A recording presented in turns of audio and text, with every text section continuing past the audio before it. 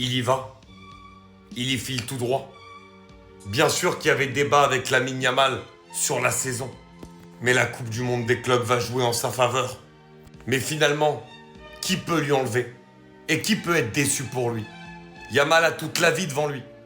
Il en aura, ça c'est une certitude. Mais Dembélé, l'histoire, elle est tellement belle.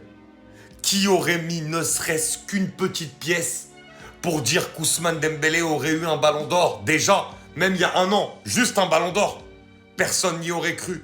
Et qui aurait mis encore plus, ne serait-ce qu'une demi-pièce, une pièce, tu la coupes en deux, sur le fait qu'Ousmane Dembélé est un ballon d'or avant Kylian Mbappé? Mais quand tu vois le parcours du mec, tu te dis mais c'est mérité. Parce qu'il a travaillé, parce qu'il a progressé, parce qu'il a été intelligent, parce qu'il a gommé ses points faibles, et parce qu'il a bossé et il a écouté les grands, notamment Luis Enrique, qui a fait de lui une machine de guerre. 35 buts cette saison. Il était blessé sur tout le début de la Coupe du Monde des clubs.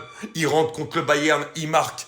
Contre le Real Madrid, il met le but du break qui assomme cette équipe-là.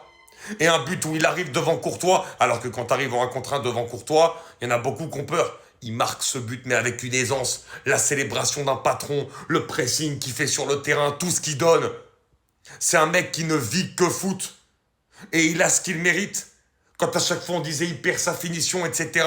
En 6 mois, il a mis 35 buts. Qui peut lui enlever? Aujourd'hui, oui, moi je le dis. Je préfère peut-être le joueur qu'est Lamine Yamal. Mais sur la saison, oui, on le dit aujourd'hui, c'est Ousmane Dembélé qui mérite le ballon d'or.